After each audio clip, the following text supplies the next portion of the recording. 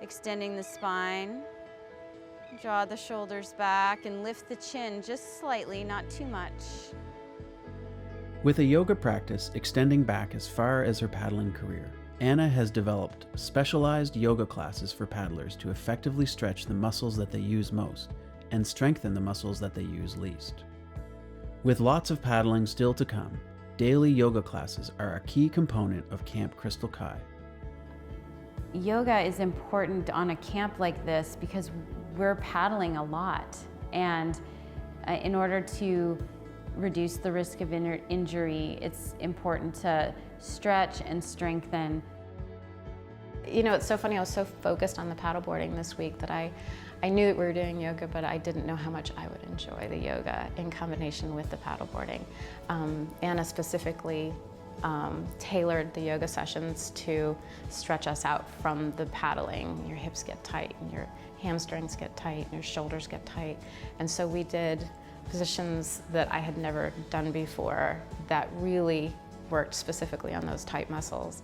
Keep pressing the outer edge of that back foot strongly into the mat. Nice, yes.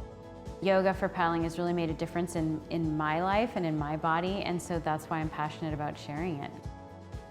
Anna's passion for sharing yoga extends beyond her land practice.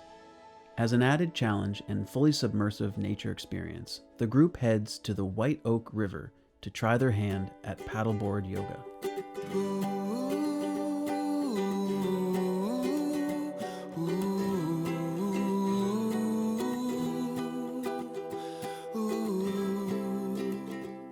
The location for SUP Yoga this week was amazing. Quiet, fish jumping, the birds flying, the breeze blowing gently.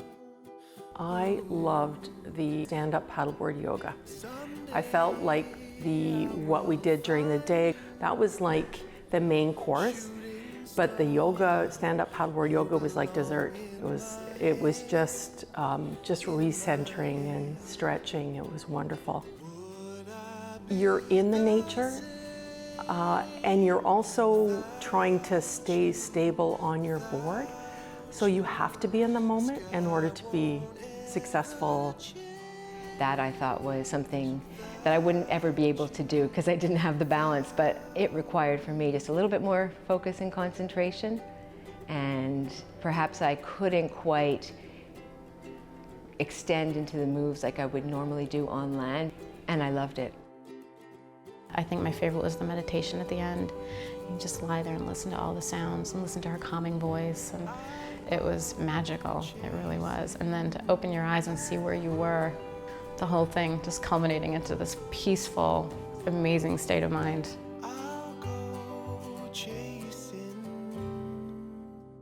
Everybody was relaxed and calm, and we thought we'd kind of continue on with a little estuary maze paddling, just to kind of continue that mellow morning.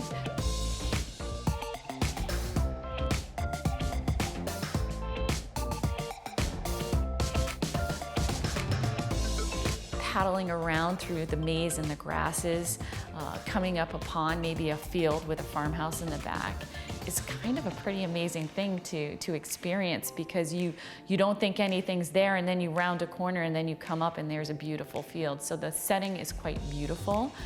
The paddling is challenging in the mazes because there's small turnaround spots, so you are working on your skills when you're in the mazes, beyond just enjoying the environment that's there.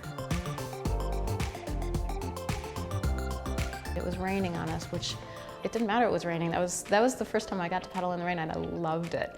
And just, you gear up and you go out and you enjoy it, and it was super calm. And these marshes were like these little winding pathways. It was like a water trail, basically. We got to work on our navigation skills, our turning skills, because it was real tight. But what you get to see in an environment like that isn't typical. I'm used to putting in on lakes and big rivers and things like that, and this was just this really peaceful, just little winding birds and fish, and it was wonderful. After getting their balance dialed and a few strokes under their belt, it's time for the biggest adventure of the week, a trip to Cape Lookout.